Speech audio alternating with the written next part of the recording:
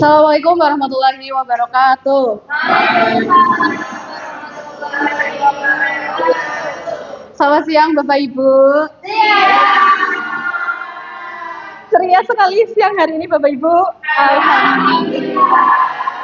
Luar biasa. Baik. Oke.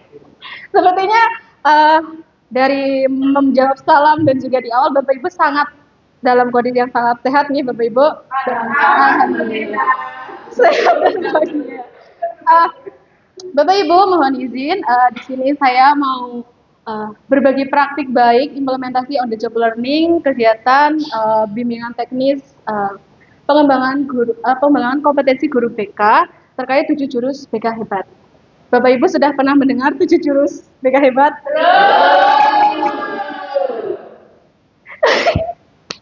Di sini kita belajar bareng ya Bapak Ibu, kita belajar bersama terkait 7 jurus BK hebat. Yang pertama Bapak Ibu, terkait 7 jurus BK hebat itu adalah program kompetensi guru BK yang diluncurkan oleh Kemendikdasmen, Kementerian Pendidikan, Kebudayaan, Riset, dan Teknologi. Ini program baru pada tahun 2025. Program ini bertujuan untuk meningkatkan kemampuan guru termasuk guru BK, guru kelas, wali kelas, dan juga guru mata pelajaran dalam membimbing siswa secara holistik, mencakup aspek pribadi, aspek sosial, belajar, dan juga karir, serta menciptakan lingkungan sekolah yang aman, nyaman, dan juga mendukung pertumbuhan siswa, menjadi siswa yang mandiri, menjadi siswa yang berdaya, dan juga berkarakter. Sebelum itu Bapak Ibu, sebelum kita masuk ke materi, mari kita melakukan refleksi dulu dengan mengatur nafas kita supaya kita tidak terlalu tegang pada siang hari ini. Silakan Bapak Ibu mengambil posisi duduk dengan posisi senyaman mungkin. Senyaman mungkin, silakan. Baik, boleh bagaimanapun posisinya. Silakan Bapak Ibu bisa menarik nafas, saya hitung 1, 2, tarik dulu 1, 2, 4, 5, hembuskan. Lewat mulut Bapak Ibu, lewat mulut. Tarik nafas lagi, keluarkan lewat mulut. 1 kali lagi tarik nafas, keluarkan lewat mulut. Oke. Bapak Ibu, sebelum memulai materi, Bapak Ibu mau mengikuti ini dulu, simulasi assessment gaya belajar. Tapi sebelumnya Bapak Ibu apakah sudah tahu gaya belajar Bapak Ibu masing-masing? Belum. Nah, karena kita belum tahu gaya belajar kita masing-masing, kita coba ikuti tes dari website Aku Pintar. Jadi silakan Bapak Ibu dibuka komputernya, silahkan di klik https akupintar.id tes gaya belajar. Sudah Bapak Ibu? Sudah. Bu Anggita, ada kesulitan? Diklik saja. Ini seperti ini Bu Anggita. Tes gaya belajar. Tes gaya belajar. Bapak Ibu yang sudah bisa, silakan Bapak Ibu. Bagaimana? Iya, betul. Nah, kalau sudah Bapak Ibu bisa mulai dari sekarang karena itu banyak. Jadi silakan dimulai. Itu skip. Nah, itu ada klik mulai sekarang. Nah, tidak perlu login, silakan bisa diisi Bapak Ibu. Bapak Ibu sepertinya tidak membawa PowerPoint. Baiklah. Buka dibuat seperti mind map. Dibuat seperti bagan-bagan, betul? Ya, biasanya ciri khasnya orang visual itu seperti itu. Semua dibuat seperti, kalau mencatat itu tidak bisa mencatat yang banyak-banyak, tapi mereka membuat per poin seperti itu. Iya, betul. Itu benar. Dikasih. Terus, kalau sejarah, kalau Belinda, apanya?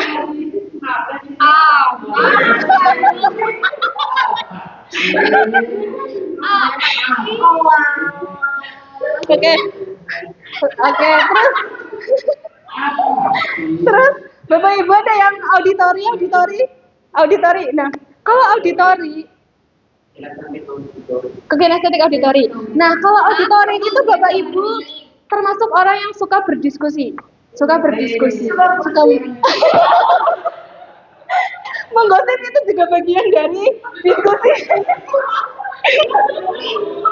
Itu berarti tangan cocok dengan jorok Auditori itu cirinya itu suka berdiskusi, suka mendengarkan seperti itu. Nah,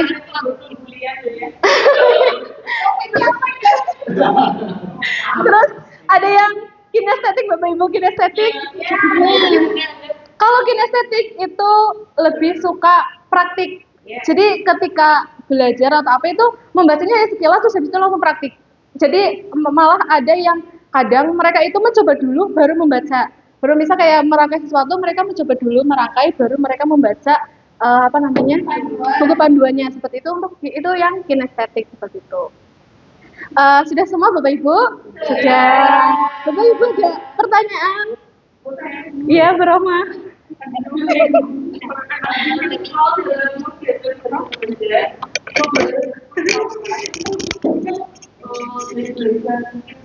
Kinestetik. Nah, untuk kita kan punya berbagai murid ya, banyak sekali murid dengan gaya belajar yang berbeda-beda. Nah, untuk anak yang kinestetik tadi ya, Bu. Untuk anak kinestetik, kita bisa lebih banyak memberikan pembelajaran dengan metode praktik. Project nih, memberikan praktik entah membuat video, terus habis itu bermain peran atau mereka belajar atau pembelajaran itu di luar ruangan yang membuat mereka itu bergerak, tubuh mereka bergerak. Karena mereka biasanya kalau kinestetik itu sulit untuk diam, Ibu. Jadi dia lebih suka ya mungkin di kelas Bapak Ibu sudah menjumpai beberapa anak yang mereka itu kalau disuruh untuk praktek untuk apa mereka itu sangat senang. Tapi memang ada beberapa anak yang mereka lebih suka mendengarkan, lebih suka gurunya mendengarkan, berbicara mereka mendengarkan seperti itu. Biasanya memang kalau kinestetik itu rata-rata memang laki-laki, mereka rata-rata ketika tes itu memang lebih banyak kinestetiknya seperti itu.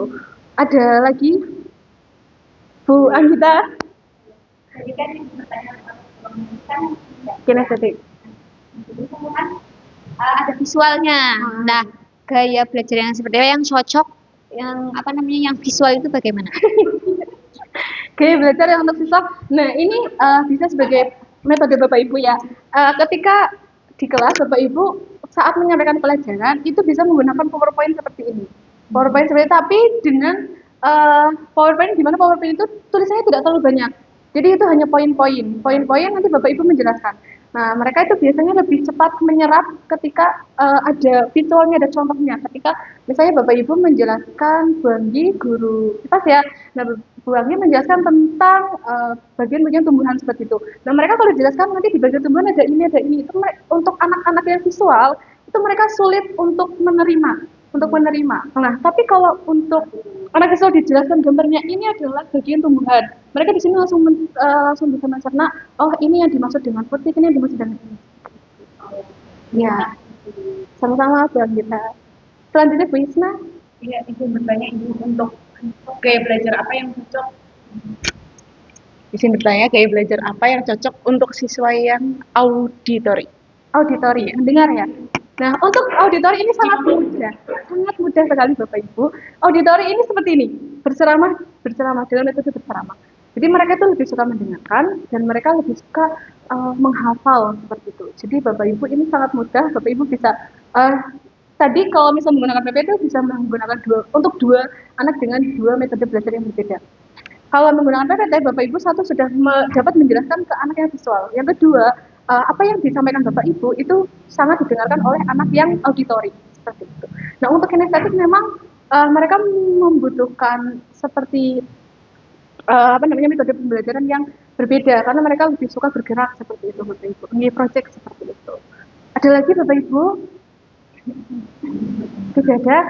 Nah, Bapak Ibu, ini websitenya kan gratis ya, tidak berbayar. Bagi Bapak Ibu yang ada di lab ataupun mau menggunakan ini sebagai asesmen awal pembelajaran untuk mengetahui gaya belajarnya, dan nanti Bapak Ibu bisa menentukan ini anak yang nanti saya banyak kasih proyeknya, ini banyak yang saya kasih mencatat, ini banyak yang saya kasih untuk mendengarkan seperti itu.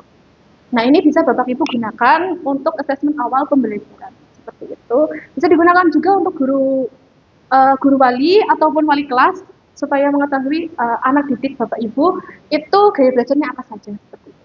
Ada dua tes Bapak Ibu, karena ini waktunya terbatas, Bapak Ibu nanti bisa menggunakan uh, tes kemampuan di situ itu nanti mengetahui karakter dari anak Bapak Ibu, dia itu termasuknya ke anak yang interpersonal, intrapersonal ataupun yang kinestetik seperti itu. Itu bisa next time saja ya Bapak Ibu mencobanya seperti itu. Itu bisa next time saja. Sudah ya Bapak Ibu. Nah, kita masuk ke jurus yang pertama Bapak Ibu. Jadi dalam BK itu disebutnya 7 jurus nih. Kita masuk ke jurus yang pertama. Jurus yang pertama yaitu adalah kenali potensi. Kenali potensi ini berisi asesmen minat dan bakat. Tujuannya untuk membantu mengetahui gaya belajar dan potensi siswa. Dasar dari layanan BK dan juga guru. Jadi ini ya seperti yang tadi saya sampaikan untuk awal pembelajaran. Sebagai dasar Bapak Ibu menentukan model pembelajaran yang seperti apa. Terus yang selanjutnya, ini Bapak Ibu yang tadi saya sampaikan, tes kemampuan.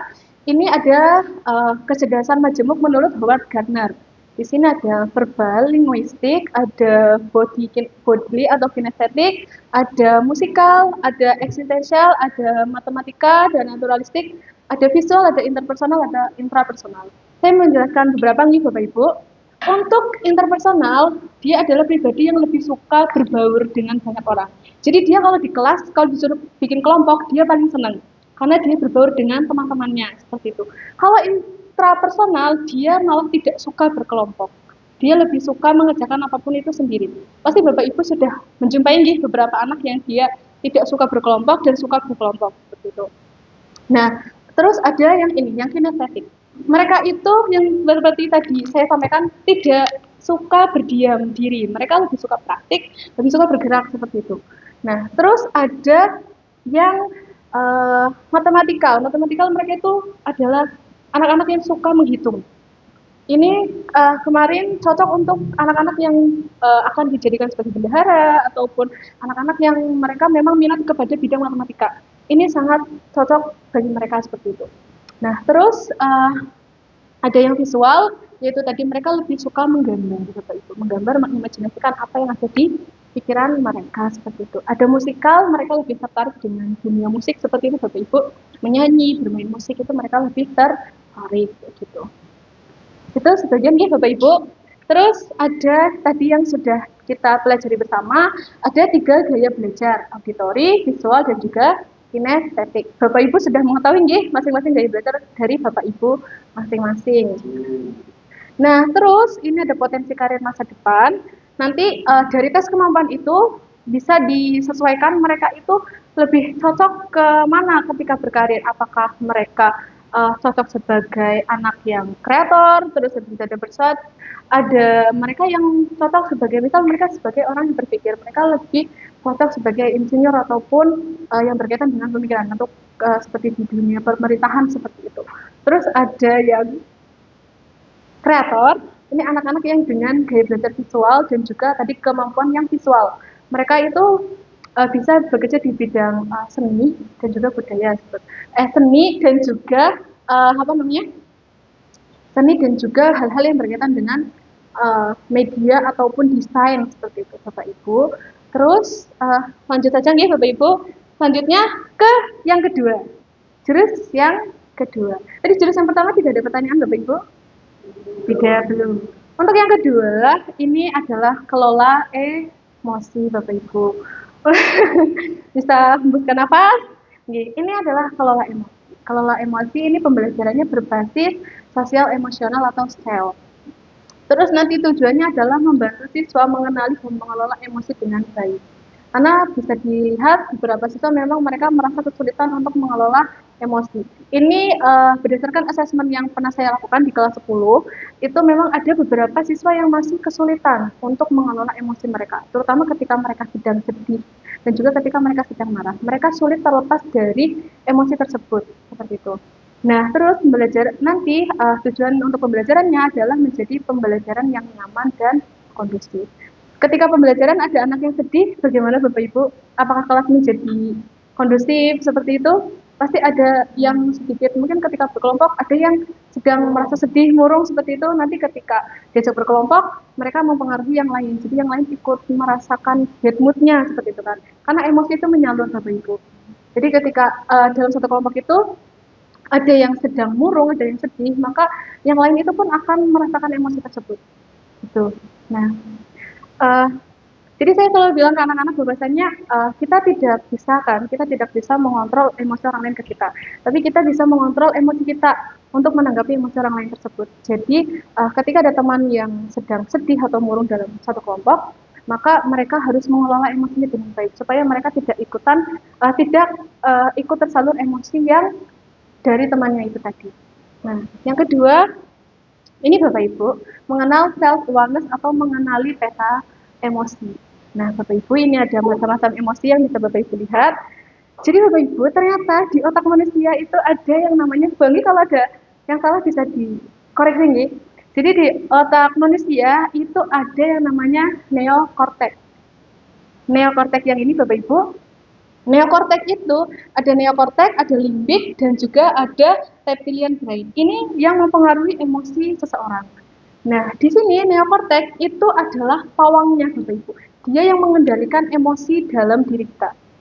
Nah, itu bisa Bapak Ibu bisa menggenggam bisa tangannya di seperti ini kan. Nah, ini kita gambarkan sebagai emosi. Nah, neokortex ini adalah kondisi otak kita ketika semuanya itu stabil, semuanya tidak ada emosi yang bergejolak, tidak ada, kita memang sedang dikendalikan dengan baik emosinya. Ini bisa disebut sebagai neokortex. Neokortex ada di sini. Nah, kalau limbiknya terbuka, limbik atau ini yang mempengaruhi bisa mengambil alih. Kalau limbiknya tidak dikendalikan dengan baik, maka akan terbuka. Kalau terbuka, maka akan memudahkan reptilian brain atau dinosaurus. Kita gambarkan dengan dinosaurus nih. Dinosaurusnya akan membuka tangannya. Kalau membuka seperti ini, berarti emosi sudah menguasai diri kita. Bagaimana caranya agar kita tidak terbawa emosi? Maka kita harus menaklukkan si limbiknya dulu. Nanti limbiknya sudah ditaklukkan, maka neokorteknya atau pawang akan mengambil alih. Begitu. Jadi ketika kita sedang marah, jadi seperti ini Bapak Ibu. Nah, ini ketika sedang emosi, kita bisa menentukan kita mau langsung mengambil respon atau tindakan. Kalau respon dan tindakan berarti ini tadi neokorteknya dinosaurusnya itu langsung mengambil alih. Tapi kalau misal kita di limbiknya bisa kita kendalikan, maka di sini akan ada terjadi jeda. Jadi ketika kita sedang emosi, kita mengambil jeda supaya kita bisa berpikir dengan tenang, respon atau tindakan apa yang bisa kita lakukan seperti itu. Jangan sampai karena kita sedang emosi, kita tidak bisa mengendalikan, kita mengambil tindakan atau respon yang tidak seharusnya kita lakukan seperti itu. Ini memang penting sekali Bapak Ibu, terutama untuk siswa, karena memang siswa sedang fase pertumbuhan, mereka masih membutuhkan cara untuk mengelola emosi dengan baik. Gitu. Nah, ini Bapak Ibu, untuk pembelajaran kita bisa merancang pembelajaran bernuansa sel, di mana nanti proses pembelajarannya kita adalah mengenali dan juga mengelola emosi untuk menyelesaikan masalah, terus mengembangkan relasi sosial yang baik dan juga dapat berempati. Kadang siswa lupa untuk berempati kepada temannya yang sedang merasa sedih, sedang merasa marah. Mereka, ini teman saya lagi marah Bu, nggak mau lah deket-deket gitu. Padahal harusnya ketika ada teman yang marah, dia membantu untuk menenangkan seperti itu. Nah, kenapa sih Bapak Ibu harus membangun pembelajaran yang bernuansa sel seperti itu? Karena yaitu tadi, menumbuhkan kepedulian sesama. Seperti itu. Setelah itu ada untuk itu tadi, emosi itu sangat mempengaruhi sekali dalam segala situasi, baik itu dalam situasi sehari-hari maupun pembelajaran seperti itu, dan juga tujuan yang ingin dicapai untuk memecahkan sebuah masalah seperti itu. Nah, sampai ke jurus yang ketiga Bapak Ibu, masih semangat?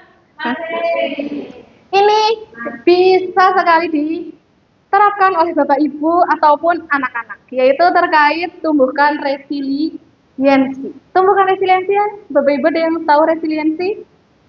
Resiliensi bisa kita sebut sebagai daya lenting. Daya lenting itu kemampuan kita untuk bangkit dari masalah, dari keterpurukan, dari titik terendah kita. Bapak Ibu ada yang pernah merasa di titik terendah? Sepertinya Bapak Ibu sudah mengalami banyak sekali pengalaman dalam hidup ya. Nah,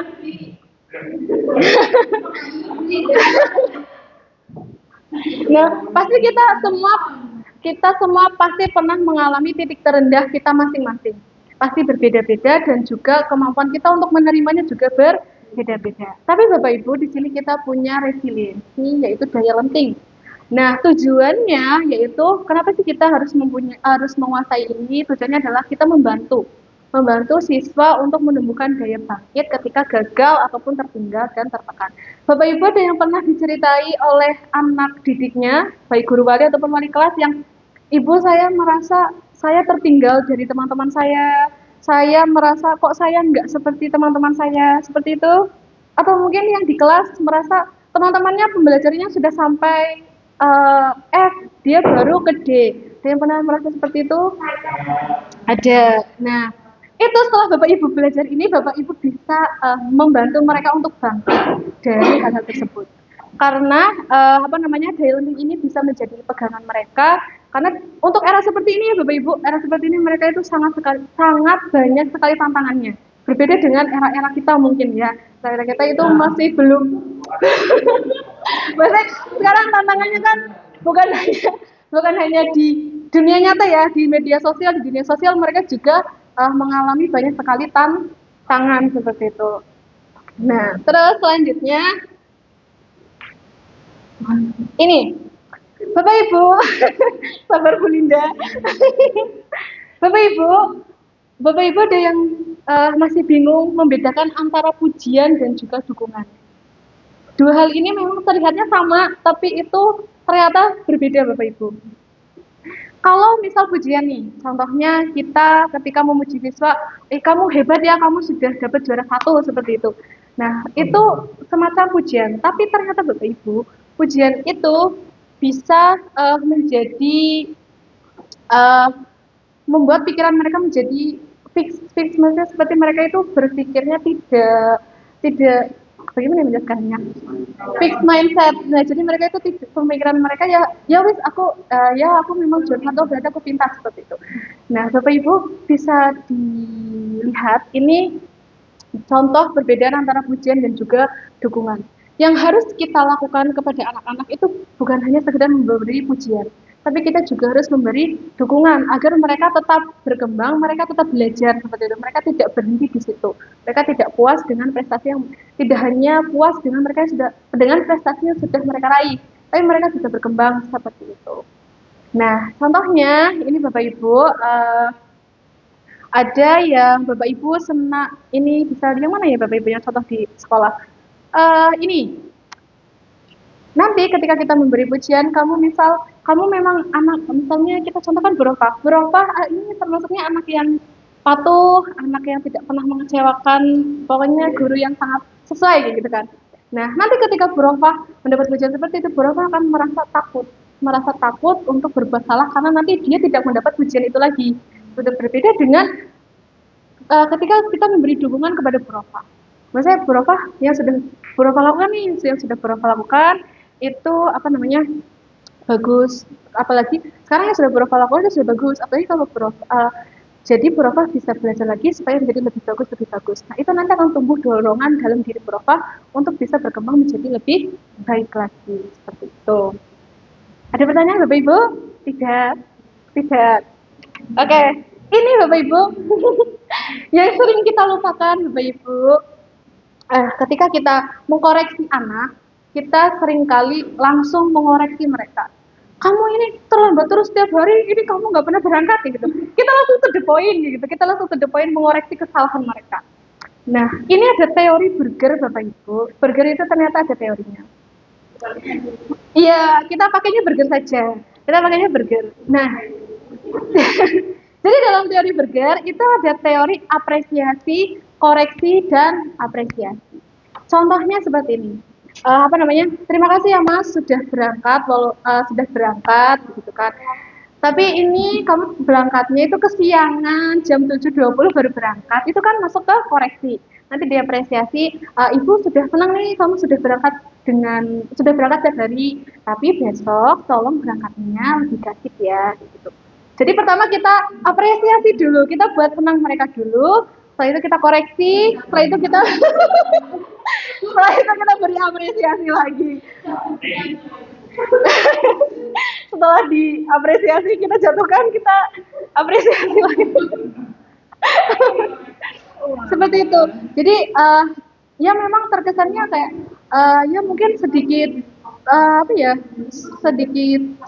sedikit membutuhkan waktu untuk kita mengapresiasi dulu baru mengkoreksi itu habis itu terlihatnya memang bertele-tele tapi itu lebih mengena ke anak jadi anak merasa oke, walaupun aku berangkatnya siang aku tetap diapresiasi nih walaupun terlambat kayak gitu udah diapresiasi berangkat siang diapresiasi besok berangkatnya lebih gasik lah kayak gitu jadi lebih siang. Nah, itu tergantung bagaimana siswanya Bapak Ibu. Yang penting kita sebelum mengkoreksi anak, kita harus mengapresiasinya terlebih dahulu. Terutama untuk guru piket.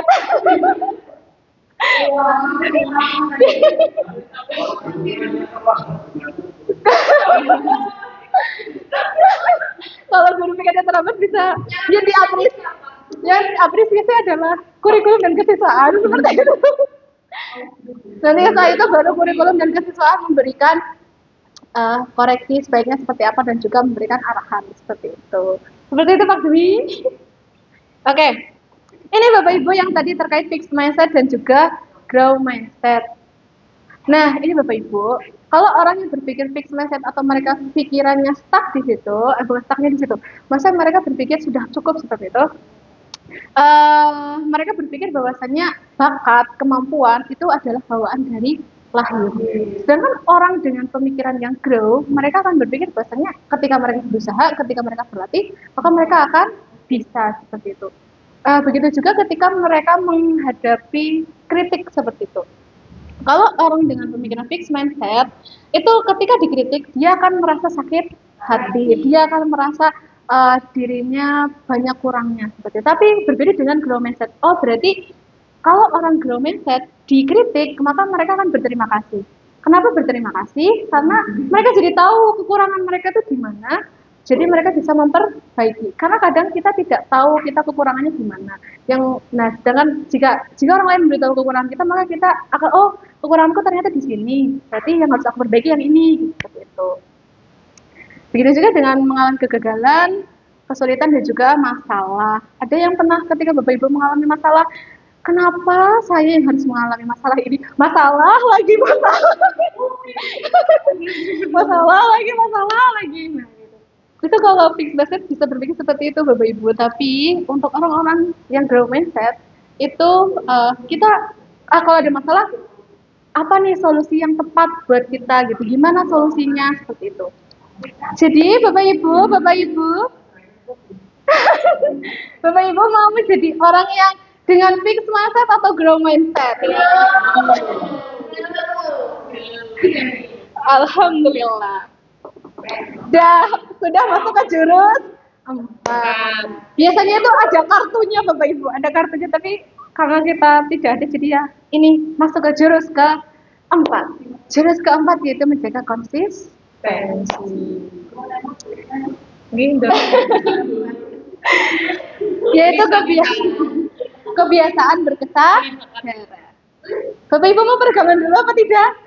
Boleh, silakan Bapak Ibu peregangan dulu. Mengambil posisi yang pas. Oke.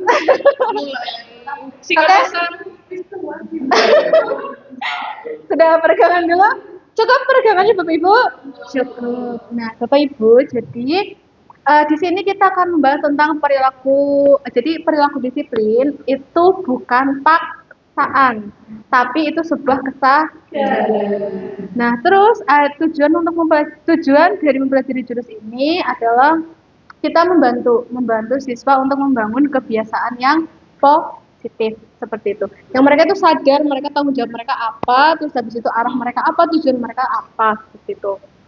Karena apa? Karena kebiasaan baik itu akan menjadi bekal siswa di masa depan. Tidak ada yang instan kan Bapak Ibu? Iya. Mie juga harus dimasak dulu.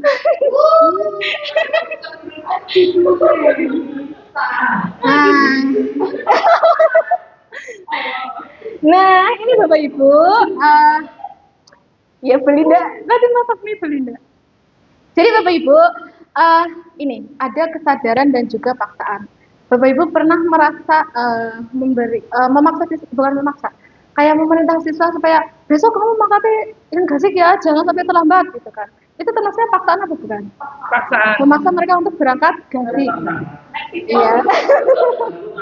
Itu tantangan. Nah, itu tantangan, tapi ada siswa yang merasa itu sebuah paksaan. Mereka harus dipaksa berangkat gasik setiap hari seperti itu. Iya. Nah, terus Bapak Ibu, kenapa kita harus kenapa sih kita itu tidak suka diperintah, tidak suka dipaksa-paksa? Kenapa Bapak Ibu? Karena nggak enak.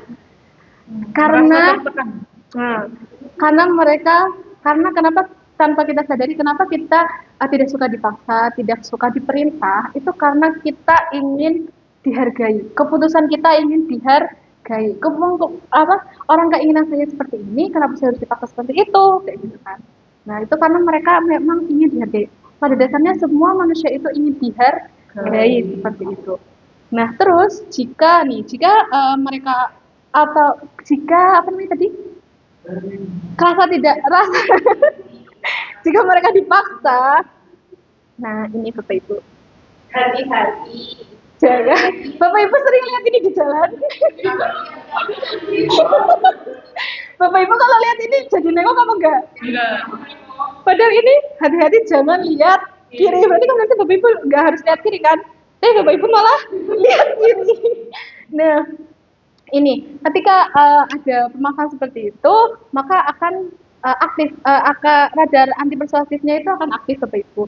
Nah, nanti akan muncul, ini kan perintah ya Bapak Ibu, perintah maka akan diabaikan. Nah, ini kalau radar antipersuasifnya sudah aktif, maka ini perintah akan diabaikan. Seperti tadi, kalau jika dipaksa, maka perintah akan diabaikan. Dan larangan menjadi rekomendasi. Seperti itu. Pernah mengalami kayak, Mas bajunya dimasukkan, tapi malah bajunya dikeluarkan. Dan gitu kan. Nah, itu adalah contoh harusnya Bapak Ibu, harusnya itu ditumbuhkan kesadaran Bapak Ibu. Ditumbuhkan kesadaran. Nah, ini Bapak. Ini. Ada 10 tombol ajaib daya perintah dalam diri. Jadi dalam diri manusia itu ada yang namanya kesenangan, kebanggaan, keingintahuan, minat, tujuan, kebutuhan, manfaat, tantangan, keyakinan, dan juga makna. Jadi ketika salah satu tombol ini aktif, maksudnya ketika mereka misalnya bajunya mereka menjadi mereka menjadi ketua OSIS, itu kan suatu kebanggaan. Maka dari itu mereka menaati semua peraturan karena mereka bangga bajunya dimasukkan atau segala macam, karena di dalam diri mereka itu ada kebanggaan. Dirinya adalah seorang ketua OSIS, maka dia harus bangga dan dia akhirnya menaati semua peraturan yang ada. Itu salah satu contohnya Bapak Ibu. Nah, ini Bapak Ibu. Nah, pembiasaan berbasis kesadaran. Tadi kan Bu Mufi bertanya kan, nah terus bagaimana kalau tidak dipaksa seperti itu kan? Kita menumbuhkan kesadaran, bukan paksaan. Jadi diawali dengan kamu biasanya yang sering dilakukan adalah, Mas kamu bajunya kenapa dikeluarkan gitu kan? Sumuk Bu, gitu kan? Sumuk Bu. Nah, kamu tahu nggak kalau misal di sekolah ada peraturan? Tahu. Peraturannya apa? Bajunya dimasukkan. Kamu baju dimasukkan atau dikeluarkan? Dikeluarkan. Jadi, nah kamu sadar nggak itu kamu melanggar peraturan? Iya. Nah, setelah mereka sadar kalau mereka melanggar peraturan, mungkin akan ada siswa yang langsung memasukkan seragam.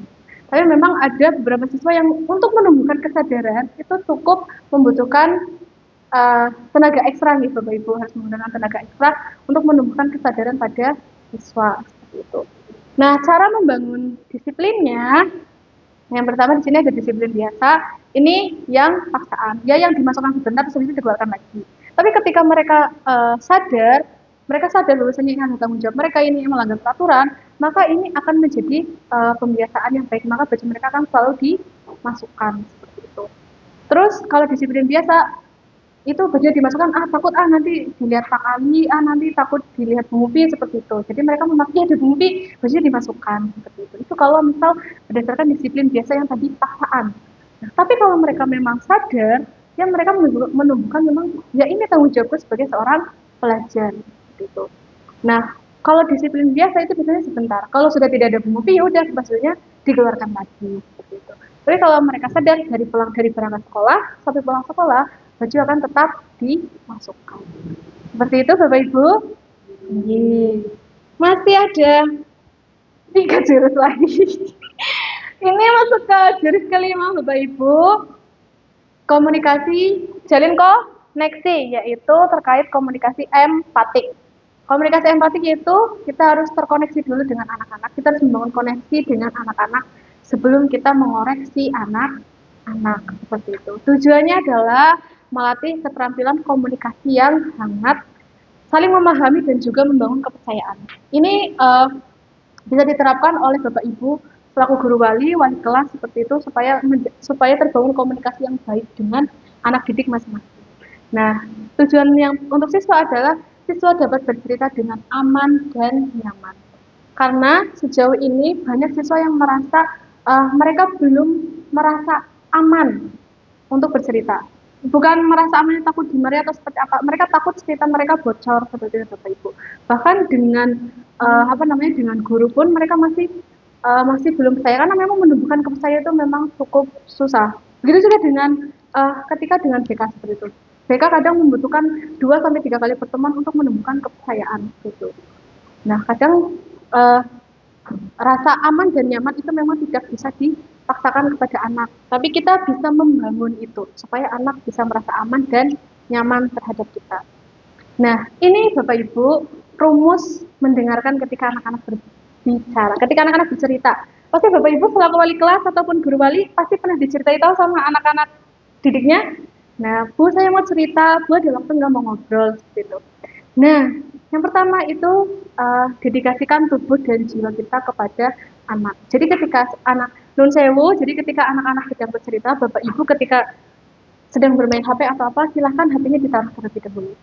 HP, laptop ataupun pekerjaan silahkan ditaruh terlebih dahulu. Bapak Ibu mendengarkan dulu apa yang mau anak sampaikan. Ketika Bapak Ibu melakukan itu, mereka akan merasa diterima. Nah, setelah mereka merasa diterima, maka mereka akan merasa nyaman. Nah, yang kedua, ekspresi yang diperlihatkan. Misalnya, Ibu, saya mau cerita, Bapak Ibu karena lagi sibuk atau mungkin sedang punya pekerjaan seperti itu, ya apa, mau cerita apa, cepetan, kayak gitu. Jangan seperti itu. Nanti mereka tidak. Nanti setelah, tadi memang diterima, tapi habis itu, cerita apa, jadi sulit gitu kan. Nah, itu pasti mereka akan rasa nyamannya akan berkurang lagi. Seperti itu. Jadi selain kita mendedikasikan diri kita untuk mendengar cerita mereka, ekspresi yang kita tampilkan juga harus sesuai. Iya mau cerita apa gitu kan? Ya silahkan cerita gitu. Ibu dengerin. Gitu. Dengan kalimat ibu dengerin atau bapak dengerin itu mereka merasa sudah diterima sekali. Nah terus netralkan posisi. Jadi ketika Bapak Ibu lagi duduk gitu kan, misalnya sedang duduk seperti ini, berleses kayak gitu. Bapak Ibu langsung duduk siap. Tidak harus yang siap sekali, tapi dengan posisi yang nyaman kayak gitu. Nah, terus ada gangguan dihilangkan. Jadi yaitu tadi HP, laptop ataupun pekerjaan-pekerjaan Bapak Ibu silahkan ditinggalkan sebentar. Nah, terus amati isi pembicaraan. Dengerin apa, mesti diamati mereka cerita apa sih, apa yang mereka cerita, apa yang mereka sampaikan. Nah, terus respon kita. Jadi ketika mereka bercerita, kita juga memberikan respon. Oh iya, ya terus gitu kan. Jadi saya kalau anak-anak cerita itu saya cuma oh iya, terus gitu. Nanti mereka akan cerita terus. Daripada apa iya, apa tadi kayak gitu. Nah itu kita menghentikan mereka untuk berbicara. Jadi oh iya, terus gimana? Oh terus. Gitu. Jadi BK kalau anak konseling itu cuma 2 kalimat. Oh iya, terus. Nah ini yang sering kita lupakan, saya juga sebagai guru BK kadang melupakan untuk jangan dipotong. Ketika anak berbicara, biarkan mereka bercerita. Biarkan mereka bercerita. Yaitu tadi dengan kalimat oh iya terus itu kan membiarkan mereka untuk bercerita. Ketika anak bercerita terus kita potong, mereka bingung. Tadi ceritanya sampai mana ya? Lupa, nggak jadi cerita deh kayak gitu. Nah, jadi seperti itu Bapak Ibu. Uh, jadi kalau dalam konseling itu harus ada posisi duduknya Bapak Ibu. Jadi ketika anak bercerita itu tidak boleh hadap-hadapan. Seperti menyidang. Jadi saya duduk di posisi tempat duduk saya, terus anak duduk depan itu sebenarnya tidak boleh. Itu akan menumbuhkan jarak antara saya dan anak. Jadi ketika anak bercerita untuk jangan sampai ada jarak seperti itu Bapak Ibu. Jadi posisi yang pas itu adalah seperti huruf L. Jadi saya di L ini dan siswa di sini menghadap siswa. Jadi tubuh kita full untuk siswa, gitu. Jadi ketika anak bercerita kita tidak boleh, misalnya anak bercerita di sini, itu tidak boleh kita bikin gimana gitu. Itu mereka apalagi gimana ceritanya, itu mereka akan merasa sedih. Tapi berbeda dengan ketika kita duduk di sampingnya, gimana gitu. Kalau memang anak muridnya sama-sama perempuan atau laki-laki, bisa kita tambahkan dengan sentuhan, sedikit sentuhan. Karena ketika anak disentuh, mereka secara tidak langsung otot mereka itu akan rileks. Gimana gitu. Apalagi ketika anak nangis. Mana gak kalau ada anak nangis di pok-pok malah tambah nangis. Nah, itu tidak bapak dilakukan seperti itu. Jadi memberikan sedikit sentuhan. Kalau laki-laki kan mungkin kalau misal guru balinya perempuan terus muridnya laki-laki kan mungkin sedikit canggung gitu Bapak Ibu untuk memberikan sentuhan. Kita bisa menggunakan eye contact. Gimana gitu, mata kita full untuk menghadap kita. Jadi gimana gitu kan, ada yang bisa dibantu. Terus ketika anak bercerita kita usahakan untuk fokus terhadap cerita anak. Jangan sampai ketika anak bercerita kita memang menghadap, kita menghilangkan semua gangguan yang ada, tapi kita tidak fokus, kita ya gitu. Itu mereka akan merasa, aduh Bu Mufi, aduh Bu Rohmah, ini ya, aduh kayaknya Bu Rohmah lagi gugup deh lah, jadilah. Gitu. Tapi kalau ini gimana Mbak, gimana Mas, itu akan mereka merasa sangat diterima seperti itu. Ini bisa digunakan nih Bapak Ibu sebagai guru wali ataupun wali kelas nih. Nah, ini keterampilan mendengar. Jadi pekerjaan yang paling sulit di dunia ini adalah mendengarkan. Ini apa enggak Bapak Ibu? Ketika anak itu kayak aduh rampung kali cerita gitu. Aduh ceritanya kok jadi dari A sampai Z kayak gitu. Nah, ini ketika ada keterampilan mendengarkan aktif Bapak Ibu, yang pertama membuka. Gimana Mbak? Ada yang bisa dibantu atau dengan hari ini apa kabar gitu kan? Hari ini udah ngapain aja kayak gitu. Dengan pertanyaan-pertanyaan tes awalnya. Itu untuk membuka percakapan. Nah, setelah mereka membuka percakapan, mereka kan bercerita tuh. Nah, tapi ada siswa yang mereka memang tidak bisa bercerita Bapak Ibu. Mereka harus ditanya dulu. Nah, ini termasuk dalam keterampilan bertanya. Jadi, bagaimana Bapak Ibu membuat sebuah pertanyaan terbuka ataupun tertutup. Kalau pertanyaan tertutup, contohnya, tadi pagi makan apa, kayak gitu kan. Itu kan pertanyaan tertutup, nasi, gitu kan. Tadi pagi ada menu sarapan apa aja di pondok, ini, gitu kan. Terus kamu kenapa milih ini? Itu pertanyaan terbuka. Jadi membuat siswa menjabarkan jawabannya, seperti itu. Nah, terus ada ya tadi keterampilan merespon. Bagaimana kita merespon? Iya kayak gitu. Nah, terus ada keterampilan merefleksi. Jadi apa yang murid ceritakan kita rangkum. Jadi tadi Bu Rofa tadi pagi berangkat dengan kondisi yang good mood, tapi tiba-tiba di jalan motornya bocor. Terus habis itu motornya bocor kecipratan air gitu ya. Terus kan sepedanya apa? Terus habis itu terus di kantor ternyata ketika membuka pintu ruangan pintunya tidak bisa dibuka gitu. Nah, itu kita rangkum semua apa yang mereka ceritakan. Itu bagian dari keterampilan merefleksi. Terus habis itu menyimpulkan. Jadi kamu sedang merasa. Jadi kamu sedih gara-gara kejadian tadi. Simpulkan. Mereka kadang tidak tahu ini perasaan apa sih sebenarnya? Ini perasaan sedih, apa biasa aja, apa akunya yang terlalu lebay atau gimana? Mereka itu kadang tidak tahu ini perasaan apa. Nah, jadi kita bisa bantu untuk menyimpulkan, kamu ternyata lagi sedih. Kenapa bisa disebut sedih? Nih, karena kamu tadi karena tadi kamu kan cerita, ada cerita ini loh, cerita itu. Nah, itu bisa disimpulkan sebagai suatu kesedihan. Begitu, Bapak Ibu. Ini terus contoh pertanyaan terbuka dan pertanyaan tertutup. Contohnya, apa yang membuat kamu merasakan seperti itu? Misal kayak, kenapa kamu bisa sedih hari ini? Nah, nanti, itu tadi pagi kecipratan motor, kayak gitu. Nah, berbeda dengan Bapak Ibu ketika bertanyanya, apa namanya, ini tadi bayi kecipratan motor, terus habis itu nggak bisa dibuka pintunya, terus habis itu bannya bocor gitu kan, mereka menceritakan apa yang membuat mereka sedih. Nah, terus kalau ditanya, oh kamu lagi sedih, berarti iya, cukup di situ. Mereka tidak bisa mengekspresikan apa yang mereka rasakan. Itu kalau pertanyaan tertutup, Bapak Ibu. Nanti kekurangannya itu yaitu membuat mereka tidak bisa mengekspresikan. Seperti itu, Bapak Ibu. Jadi Bapak Ibu kalau ada anak yang bercerita menggunakan pertanyaan yang terbuka. Ini koneksi sebelum koreksi. Jadi kita sebelum mengkoreksi anak, kita bangun koneksinya dulu. Kita bangun building. Kita bangun kita bangun apa ya? Kita bangun bondingnya dulu. kita kita kita bangun bonding dulu dengan anak seperti itu. Nah, ini koneksi, nah itu tadi menstabilkan identitas. Jadi Bapak Ibu, kadang ketika anak bercerita itu saya selalu bilang, jangan ketika kamu nggak bisa cerita, kalau dengan menganggap saya sebagai guru BK saat ini kamu menganggap saya sebagai guru BK, kamu tidak bisa bercerita dengan leluasa, maka kamu bisa menganggap saya saat ini, kamu bisa menganggap saya sebagai teman.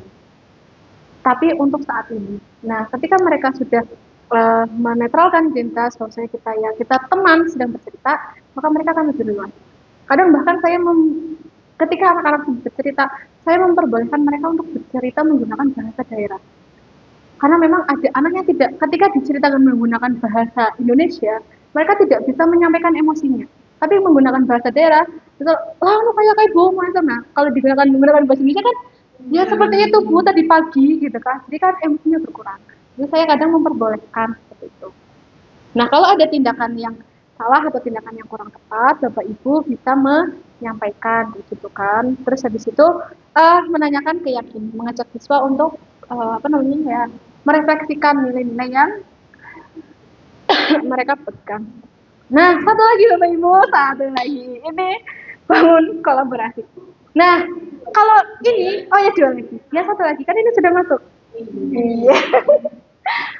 Kalau tadi 5 aspek tadi itu adalah aspek yang antara guru dengan siswa, maka ini semua terlibat. Semua warga sekolah itu terlibat. Baik dari jadi ini ada kerjasama multi pihak, berarti terdiri dari beberapa pihak. Nah, tujuannya adalah untuk memberikan penanganan yang tepat supaya murid kita menjadi hebat, seperti itu. Yang terlibat di sini adalah guru BK, wali kelas, guru wali, dan pemangku kepentingan. Itu berisi Bapak Kepala Sekolah, Bapak Wakil Kepala Sekolah, staf Bapak Kepala Sekolah, terus Waka Kurikulum, Waka SDM, Waka Kesiswaan, Waka Sarpas, bahkan Waka Sarpras pun terlibat di sini. Semuanya terlibat Bapak Ibu. Nah, ini tujuannya adalah untuk perubahan siswa itu memerlukan peran kita semua. Kalau misal kita menuntut perubahan kepada siswa, tapi yang terlibat itu hanya wali kelas ataupun guru BK, pasti itu akan sedikit merasa kesulitan gitu Bapak Ibu. Karena kadang ada beberapa aspek yang itu melibatkan entah waka kurikulum atau melibatkan waka kesiswaan seperti itu. Jadi kita di sini semua harus berkolaborasi untuk membuat perubahan kepada siswa. Ini Bapak Ibu untuk kolaborasi dalam penanganan masalah murid. Kita ambil ini ada 4 murid bermasalah. Jika masalah mereka itu ringan, maka bisa diselesaikan oleh eh, jika masalah mereka ringan, maka itu bisa diselesaikan oleh guru BK, guru kelas, dan juga wali kelas. Nah, ketika masalah ini sudah mengarah ke berat, ke sedang, itu bisa diselesaikan oleh guru piket, guru mapel, dan juga bisa melibatkan orang tua. Jadi guru BK, guru wali kelas, dan juga guru kelas itu bekerja sama dengan guru piket, guru mapel, dan juga orang tua. Ini biasanya untuk masalah keterlambatan, itu bisa kita melibatkan orang tua. Seperti itu. Nah, terus untuk masalah yang sudah mengarah ke berat, itu bisa dari guru BK atau wali kelas itu nanti bisa menyampaikan kepada Bapak Kepala Sekolah. Seperti itu. Ataupun nanti kalau misal dirasa belum seharusnya sampai ke Bapak Kepala Sekolah, cukup ke Bapak ke wakil kesiswaan ataupun ke wakil kurikulum, maka dari guru BK wali kelas menyampaikan ke kurikulum seperti itu. Ke kurikulum dan juga kesiswaan. Tapi kalau dirasa sudah memerlukan bantuan Bapak Kepala Sekolah, maka bisa menghubungkan ke Bapak Kepala Sekolah. Tapi kalau Bapak Kepala Sekolah merasa sudah tidak mampu juga, maka bisa dialih tangankan ke konselor, psikolog ataupun ahli. Seperti itu. Biasanya yang sampai revelar kasus itu adalah terkait penanganan kondisi kejiwaan siswa yang dia dirasa dia sudah membutuhkan penanganan dari psikolog ataupun dari psikiater seperti itu. Itu biasanya sudah kita alih tangankan ke ahli seperti itu. Contohnya seperti siswa yang bukan terdeteksi. Apa ya kita menyebutnya? Bukan terdeteksi. Terindikasi. Siswa yang terindikasi mengalami bukan dengan depresi. Kita contohkan depresi. Siswa yang terindikasi mengalami depresi setelah melakukan asesmen dari wali kelas, guru wali, guru BK, dan juga kesiswaan, ternyata siswa ini terindikasi mengalami depresi, maka kita bisa menyampaikan ke kepala sekolah. Tapi Bapak Kepala Sekolah ternyata tidak bisa, maka yaitu kita langsung alih tangankan ke psikolog. Kita yang menyampaikan ke psikolognya seperti itu. Ini Bapak Ibu, contoh penanganan murid bermasalah lagi. Nah, contohnya untuk masalah, ini ada 3 contoh masalah ya Bapak Ibu. Masalah presensi atau kehadiran. Ini paling sering ya. Ini sangat normal sekali. Ini ada masalah presensi atau kehadiran. Nah, ini nanti referensinya dari mana?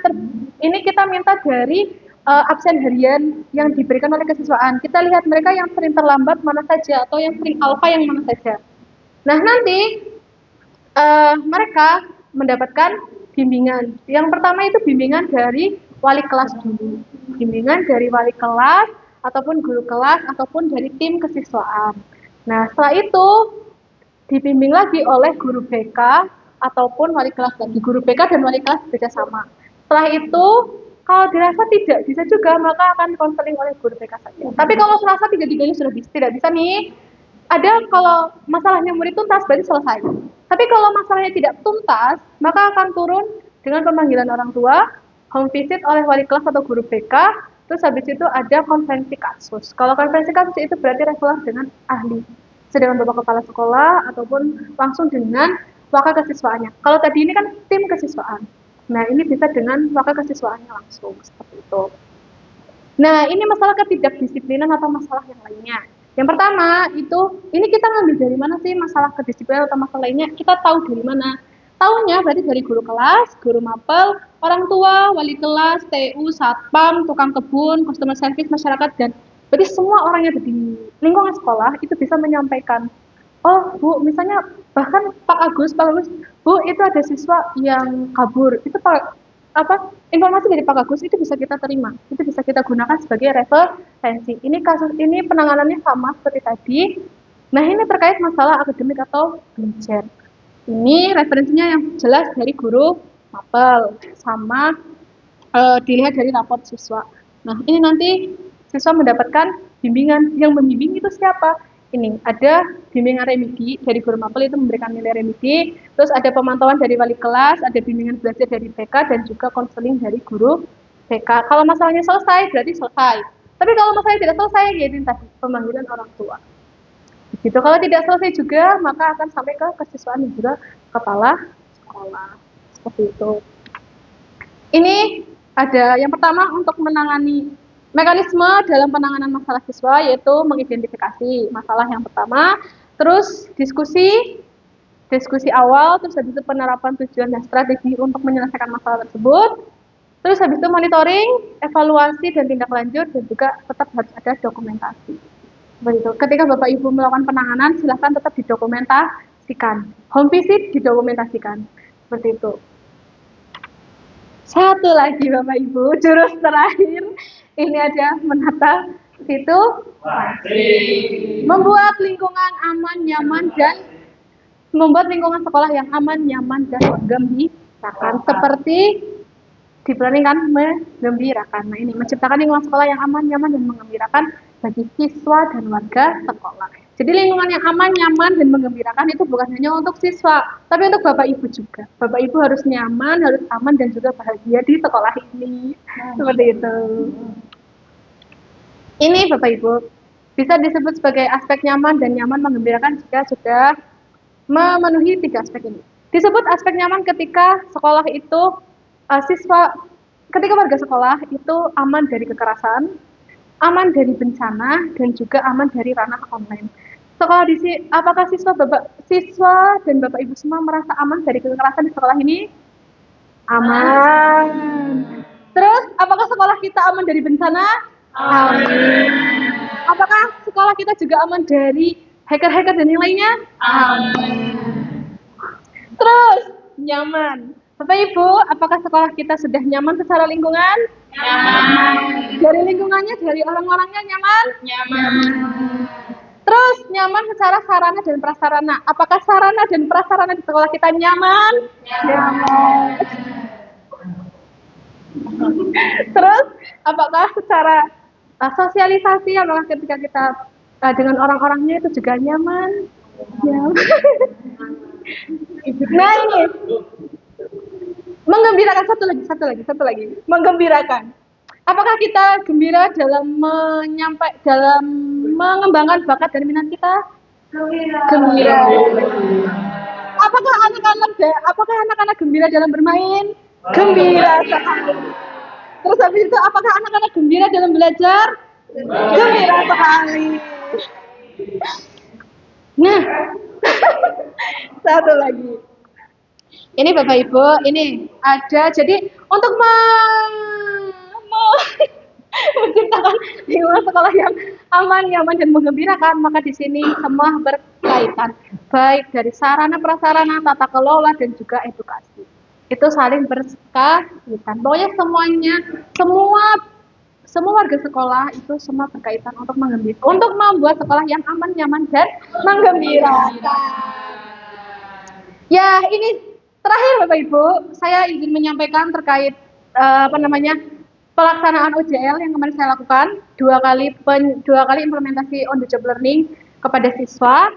Ini saya menggunakan metode ARKA Bapak Ibu. Ini juga bisa Bapak Ibu gunakan ketika pembelajaran, yaitu aktivasi, refleksi, konseptualisasi, dan aplikasi.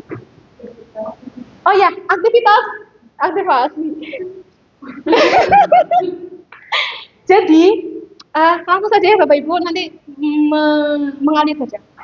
Nah, refleksi OJL yang pertama itu saya terkait tumbuhan resiliensi. Jurus yang ketiga tadi saya aplikasikan kepada siswa.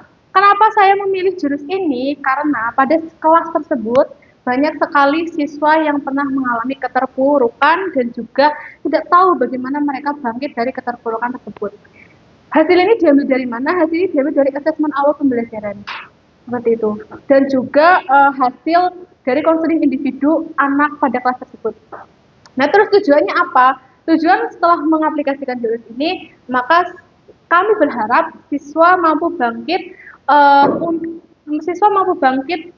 untuk bangkit kembali dari masalah yang dihadapi dan juga kegagalan dan keterpurukan yang mereka alami. Nah, terus proses pelaksanaannya, yang pertama, ini games menyusun menara dari kartu Uno. Jadi kemarin saya membawa kartu Uno untuk anak-anak membuat sebuah menara. Jadi nanti anak-anak itu dibuat per kelompok, terus habis itu saya bagikan kartu Uno masing-masing pada kelompok, dan juga sepotong sepotong selasi berukuran kurang lebih segini itu untuk mereka gunakan sebagai penyangga dari menara yang mereka buat. Nah, terus habis itu ada refleksi, ada pemberian materi resiliensi dan juga refleksi materi. Ini termasuk dalam aktivitas yang tadi kan ada arka, ini aktivitas, ini refleksi. Refleksinya apa? Refleksinya itu dari permainan yang mereka ambil, dari permainan yang mereka lakukan, apa pembelajaran yang bisa mereka ambil. Itu termasuk dalam refleksi. Terus setelah mereka bermain, setelah mereka merefleksi, baru kita memberikan pembelajaran, baru kita memberikan materi. Dan setelah kita memberikan materi, kita istilahnya? Kita bertanya kepada anak-anak apa saja yang sudah kita pelajari hari ini. Itu termasuk dalam refleksi materi. Jadi anak-anak kita bisa tahu anak-anak sudah menyerap sebanyak apa materi hari ini, seperti itu. Nah, terus responnya sangat antusias, terutama saat menyusun menara, menyimak materi dengan baik. Dampak atau manfaatnya, murid mengetahui cara membangun resiliensi dan bangkit dari keterpurukan. Untuk hambatan, alhamdulillah saya tidak mengalami hambatan apapun dalam praktek OJL sesi 1. Nah, untuk yang kedua, beda jurus Bapak Ibu, yang kedua itu terkait kelola emosi. Nah, yang ini sama, semuanya menggunakan metode ARPA, alasannya yang berbeda. Alasannya adalah banyak siswa yang ketika saya bercerita tentang 7 jurus BK hebat itu, mereka mengatakan, Ibu, bagaimana cara kita mengelola emosi dengan baik, seperti itu. Akhirnya kita memilih untuk mengelola emosi. Nah, kemarin anak-anak untuk aktivitasnya itu membuat seperti ini Bapak Ibu. Anak-anak membuat papan cuaca emosi. Jadi mereka menggambarkan emosi dengan cuaca seperti itu. Ini dibuat per kelompok, mereka menggambarkan emosi-emosi yang mereka rasakan pada hari itu. Seperti itu. Ini untuk aktivitasnya. Refleksinya mereka maju satu-satu menjelaskan apa saja yang sudah mereka gambar. Terus untuk konseptualisasinya saya memberikan materi dan setelah itu mereka menyampaikan apa yang sudah didapat pada hari. Responnya sama, sangat antusias dan menyimak materi dengan seksama. Dampaknya, siswa dapat mengetahui cara membangun kestabilan emosi. Hambatan, alhamdulillah tetap sama, tidak ada hambatan sama sekali. Ini, satu lagi. Ini terkait peristiwanya adalah serangkaian kegiatan OJL 1 dan OJL 2. Perasaannya sangat senang dan menikmati karena dapat memberikan layanan yang baru bagi anak-anak seperti itu. Dan juga layanan yang menyenangkan bagi anak-anak. Pembelajarannya, ternyata konsep ARKA ini membuat anak-anak lebih antusias dalam belajar. Karena diawali dengan permainan tadi. Mereka sangat, kadang kan kita masuk kelas, anak-anak lesu, kadang mereka tidak semangat seperti itu, tidur seperti itu. Nah, dengan pemberian aktivitas, itu tidak harus games Bapak Ibu. Ya, kita bisa memberikan aktivitas apapun kepada anak. Yang penting jangan ulangan, gitu kan. Nanti mereka tambah lesu. Jadi kita memberikan apapun aktivitas mereka untuk refleksi, kayak gitu. Bisa berkaitan dengan materi yang kita sampaikan hari ini, bisa tidak. Yang penting mereka melakukan aktivitas terlebih dahulu. Nah, setelah itu baru kita refleksikan apa yang sudah dipelajari tadi dari permainan ataupun ice breaking-nya. Nah, setelah itu kan mereka sudah netral nih. Nah, baru kita memberikan materi. Kita memberikan materi, kita mau penutupan, kita tanyakan apa saja yang sudah dipelajari hari ini. Seperti itu. Nah, terus penerapannya ke depannya mungkin dari Bapak Ibu, saya selaku BK itu bisa memberikan layanan yang lebih menyenangkan, pembelajaran yang lebih menyenangkan bagi anak-anak. Seperti itu, Bapak Ibu. Ini dokumentasinya untuk kegiatan OJL-nya dan selesai. Alhamdulillah. Cukup mungkin Bapak Ibu untuk hari ini. Cukup. Hari ini kita sudah belajar berapa jurus Bapak Ibu? Yang aspek siswa ada berapa? 5. Yang aspek guru dan warga masyarakat ada? Warga sekolah? 2. Oke, ini bisa diterapkan oleh Bapak Ibu di pembelajaran ataupun dalam menangani siswa. Mungkin itu saja dari saya Bapak Ibu, kurang lebihnya mohon maaf. Saya berterima kasih atas antusias Bapak Ibu pada hari ini. Kurang lebihnya mohon maaf. Wassalamualaikum warahmatullahi wabarakatuh. Waalaikumsalam.